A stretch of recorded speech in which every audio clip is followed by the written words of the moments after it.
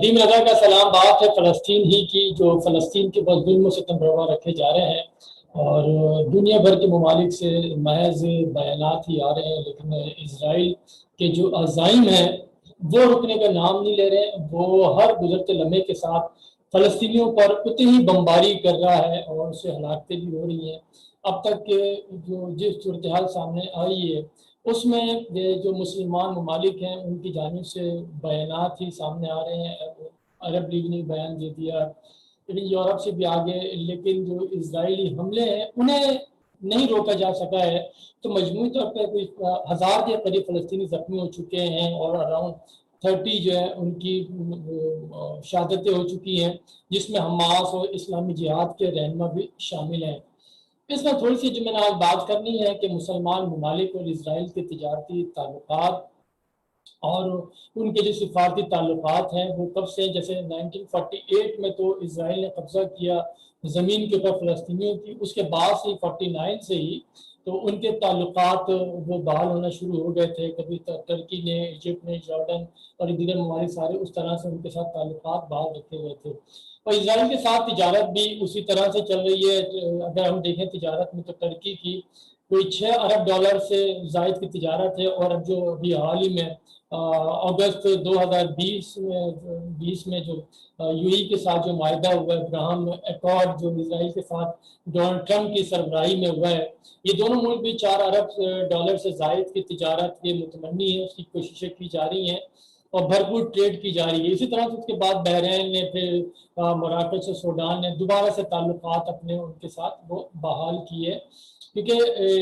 جو سوڈان اور ان کے تعلقات تھے، سوڈان کے اس کی بلیک میل کر کے شامل کیا کہ اس کے جو دہشت گردی ممالک ان کی فہرست سے نام نکالا گیا، امداد بھی بحال کی گئی ہے۔ بہرحال افسوس کی بات یہ ہے کہ اسرائیل کی آبادی ہے ٹوٹل 90 لاکھ یا 92 لاکھ آپ کہہ لیں، اور جو مسلمان ممالک ہیں ان کی آبادی 2 ارب سے زائد بنتی ہے، لیکن یہ 2 ارب سے زائد آبادی اور یہ کوئی 1 کروڑ بھی آبادی نہیں ہے اسرائیل کی، اور کس طرح سے اسے نکیل ڈال کے رکھی ہے، آئے روز بمباری کر رہا ہے۔ مشہور وہ جو قبلہ اول مسلمانوں کا، اس کو بھی تاراج کر دیے، بمباری کی، شب قدر کی رات پہ لوگوں کو شہید کیا گیا، لیکن کہیں سے کچھ بھی ہلچل نہیں ہو رہی ہے۔ اور ابھی دیکھیں، ابھی اسی وقت جو قطر کے امیر نے 2017 کے بعد سعودی عرب کا جو دورہ کیا، جو بلاکٹ کی گئی تھی قطر کی، یہ سعودی عرب کی قیادت بحرین اور یو ای نے، اس کی بحالی کے بعد، کیونکہ جب خطے کے حالات تبدیل ہو رہے تھے تو سعودی عرب نے قطر کے ساتھ دوبارہ تعلقات اپنے بحال کر لی۔ ان کے امیر وہاں پر آئے ہوئے تھے، دونوں ممالک کے جو بڑے سربراہ طاقتور ممالک ہیں، عرب ممالک اور مسلمانوں کے، جن کی جو تیل اور گیس سے مالا مال دونوں ملک ہیں، تو ان کی کافی پیروی بھی کی جاتی ہے، اور کئی ممالک کے اندر جو بھی تہوار ہوتا ہے اس کا منبع سعودی عرب ہوتا ہے، وہاں سے جو اعلان ہوتا ہے دنیا بھر میں اس کو اوبے کیا جاتا ہے، لیکن وہاں سے کوئی اسٹیٹمنٹ نہیں آیا۔ اور اب ترکی کے وزیر خارجہ 2018 کے بعد جو جمال خشوگی، جو سعودی صحافی تھے، ان کے مرڈر جو استنبول میں ہوا تھا، اس کے بعد سے پہلا ہائی پروفائل دورہ ہے سعودی عرب کا۔ تو جب اتنی بڑی شخصیات مل کے بیٹھ رہی ہیں، وہ اپنی 2 طرفہ تجارت کی تو بات کر رہی ہیں کہ کس طرح سے تجارت کو بڑھانا ہے، لیکن جو فلسطین کے مسلمان ہیں ان کو شہید کیا جا رہا ہے، اس کے اوپر کوئی بات نہیں ہو رہی ہے۔ محض ایک بیان داغ دیا جاتا ہے، لیکن جو آپس میں بیٹھتے ہیں، مذاکرات ہوتے ہیں یا پریس کانفرنس سے ہوتی ہے، اس میں فلسطین کا کوئی ذکر نہیں ہوتا۔ تو یہ دیکھنے میں یہی آ رہا ہے کہ جب سے ابراہم اکارڈ جو سائن ہوا، اس کے بعد سے ابو دھابی کے شیخ نے اسرائیل کا جو فٹ بال کلب تھا، وہ جو بنیاد پرست یعنی کہ نسل پرستی کے نام سے بڑا مشہور تھا، جس میں ایک بھی عرب فلسطینی شامل نہیں کیے گئے تھے اس کلب میں، اور وہ کلب بیمار تھا، یعنی کہ وہ ختم ہو چکا تھا آلموسٹ، تو اس کے 50% شیئر شیخ نے خرید لی، یوہی کے شیخ نے خریدے ہیں۔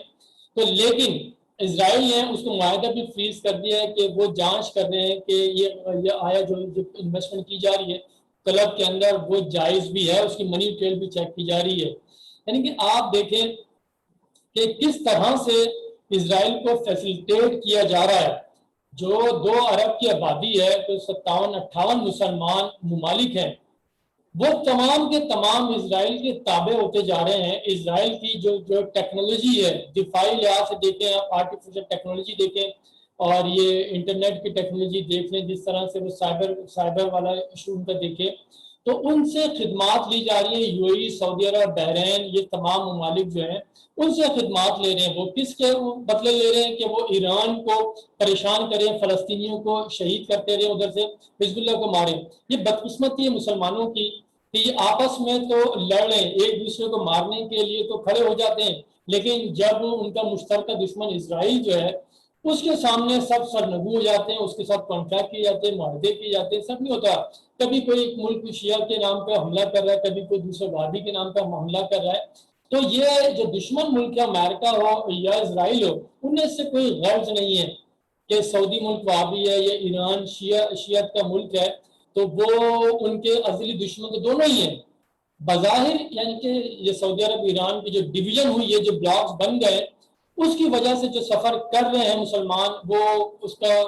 بیان نہیں ہے. جس طرح سے ہر جگہ آپ دیکھیں مسلمان ملکوں میں جنگ ہو رہی ہے, کسی مغرب کے ملک میں کوئی جنگ نہیں ہو رہی. یہ مسلمان ملک کا پیسہ بھی ہے, ہتھیار سارا اسرائیل کا یا آپ امریکہ کے ہتھیار ہیں وہ استعمال مسلمانوں کو ہو رہے ہیں, پیسہ بھی مسلمانوں کا رہا ہے. جو جتنی بھی ان کی ویپن انڈسٹری ہے وہ چلی مسلمان ممالک بالخصوص عرب ملکوں کے سرمایہ سے ہے.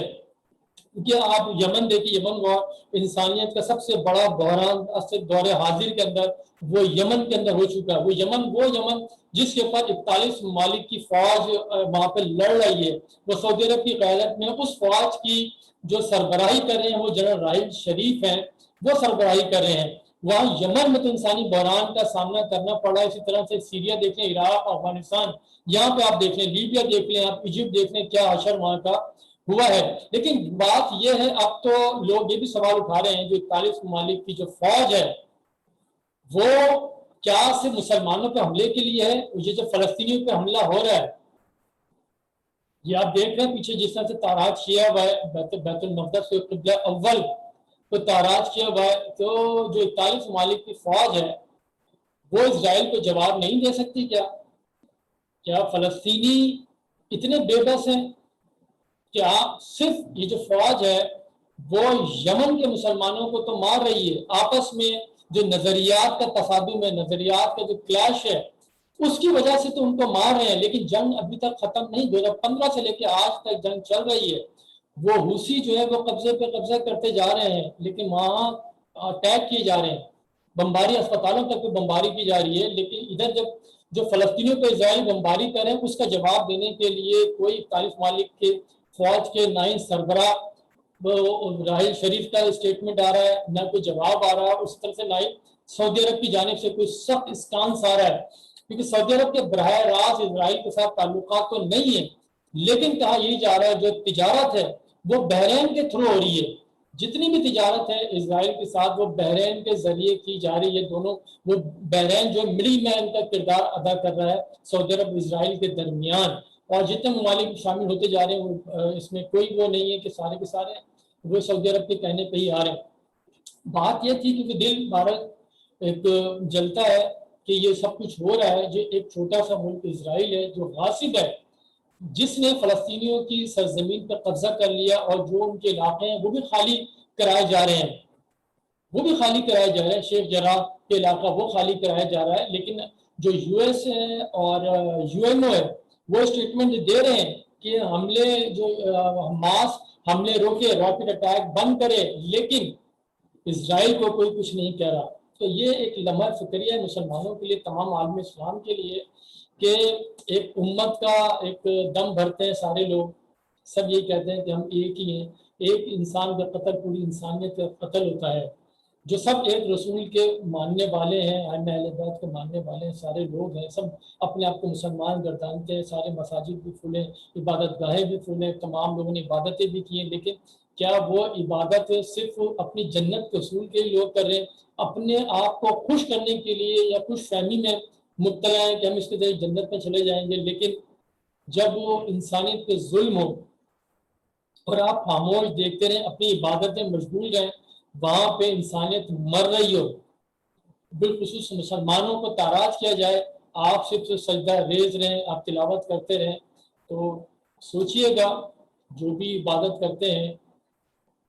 جو بھی ہم تلاوت کرتے ہیں، اس کا مفہوم کیا ہے، اس کا کیا درس کیا ہے۔ ہم 41 ممالک کی فوج بنا کے اپنے مسلمان ملک پر تو اٹیک کر دیتے ہیں، لیکن جس ملک اسرائیل 90 لاکھ کے آبادی والے ملک سے ٹریڈ، اسلحہ، ٹیکنالوجی اور جاسوسی کے آلات ہم خرید رہے ہیں، وہ بھی اپنے مسلمان ممالک کے خلاف استعمال کرنے کے لیے، ایسے میں اوپر جا کے کیا منہ دکھائیں گے؟ اور یہ فلسطینی ہیں جو اپنی جانوں پہ نذران دیے جا رہے ہیں، 48 سے وہ نذرانہ جانوں کا دیے جا رہے ہیں، لیکن ان کے حوصلے پست نہیں ہوئے۔ انہیں مایوسی ہے تو صرف ان مسلمان ملکوں سے ہے، اور 41 ملکوں کی فوج سے، اس کی سربراہ سے، اس کی مسلمانوں کی جو قیادت ہے اس سے ہے کہ وہ اپنا کام کیے جا رہے ہیں، لیکن جو مسلمان والے کے سربراہ ہیں ان کے خون کے اوپر اپنی عمارتیں، اپنی تجارت کو اسٹیبلش کیے جا رہے ہیں۔ بہرحال ابھی بھی وقت ہے، جو بچے کچے فلسطینی ہیں ان کی مدد کے لیے کھڑا ہوا جائے، کیونکہ اگر ایک ایک بالٹی پانی بھی ڈالیں تو اسرائیل نیز تو نابود ہو سکتا ہے۔ بہت شکریہ، خدا حافظ۔